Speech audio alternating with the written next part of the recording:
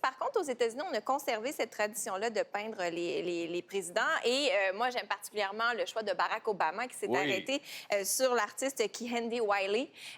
Et je trouve justement que ça rompt vraiment avec l'image très traditionnelle, sobre, conventionnelle des présidents blancs. Donc ça, c'était quand même un choix assez audacieux. Puis, Simon, je sais qu'il y a un artiste que tu aimes beaucoup aussi qui fait du portrait. Alors, il s'appelle Mathieu Laka. Il a été bachelier en arts visuels à Concordia en 2005.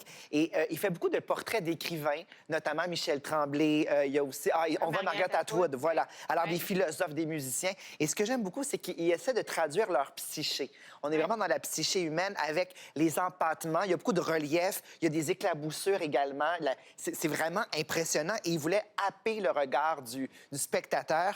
Il aime toujours quand le portrait, c'est à la fois un hommage, mais aussi une agression. Donc, on est vraiment à cheval, pour vrai, à cheval entre ressemblance et défiguration. Oui.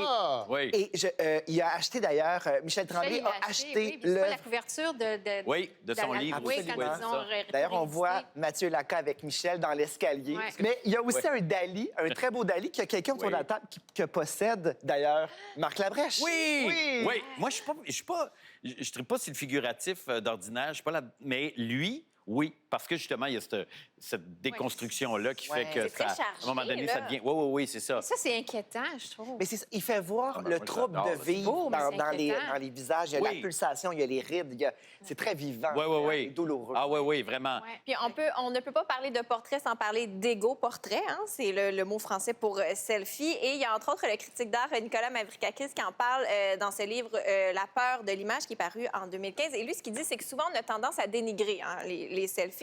Mais en fait, il dit pourquoi à l'époque, c'était réservé là, de se faire tirer le portrait, c'est pas à la portée de tous. Et pourquoi est-ce que ce serait réservé aux gens riches? C'est important. Pourquoi est-ce que tout le monde ne peut pas choisir d'immortaliser, en fait, et d'avoir son propre portrait? Tout à fait.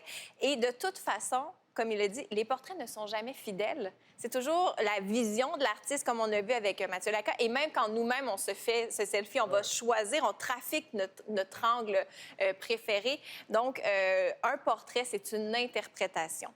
C'est ce que dit C'est bien beau, ça. Ben oui, c'est ça. juste. Puis, Mais c'est de l'art. C'est pas...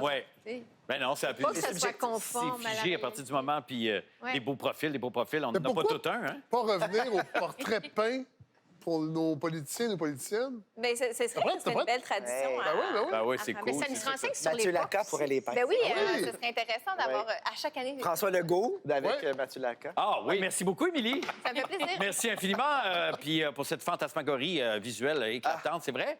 On se retrouve après la pause avec Christine Brouillet, toujours évidemment. On bouge pas.